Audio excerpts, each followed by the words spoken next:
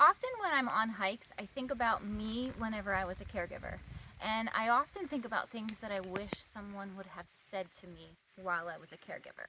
And so, let me say things to all the caregivers that maybe perhaps you might need to hear.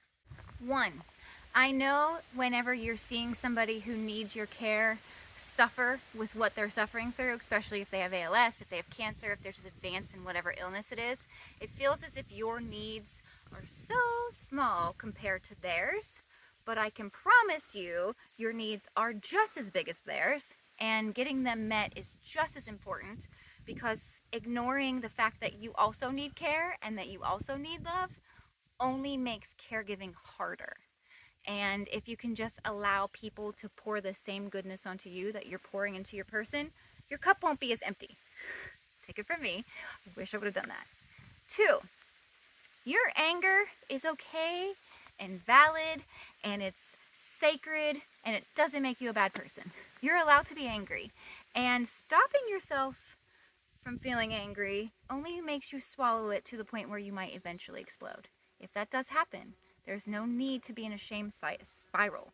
I wish so desperately that I would have opened up to my people when I was in the depths of my shame spiral for my anger outbursts. I was the peace and love and all positivity hope.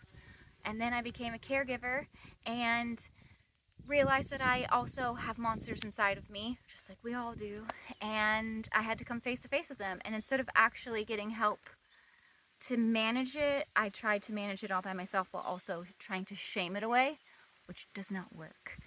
And so learning to talk to people about your process and learning to say out loud, I'm really angry because I am needed so very much and I just need a break. It's okay. In fact, it's normal. And the more you can talk about it, the less likely you will have those little anger explosions, because anger builds. And little by little, if you keep swallowing it, it's going to come out. And if it does, it's okay. Forgive yourself. Number 3.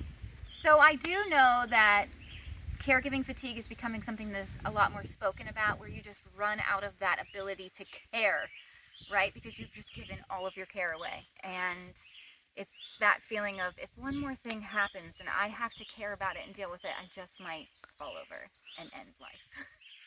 But what's not spoken about is asking for help fatigue. Especially if you have a long caregiving journey, you've had to ask for help so often. And you get to a point where you will ask for help and people don't respond. And this is not coming from a place of shame. It's just coming from a reality standpoint for caregivers. It's that it's already so hard for us to keep needing to ask for help. It's been something we've been doing for a long time. And the things we're asking you to help us with is pretty serious.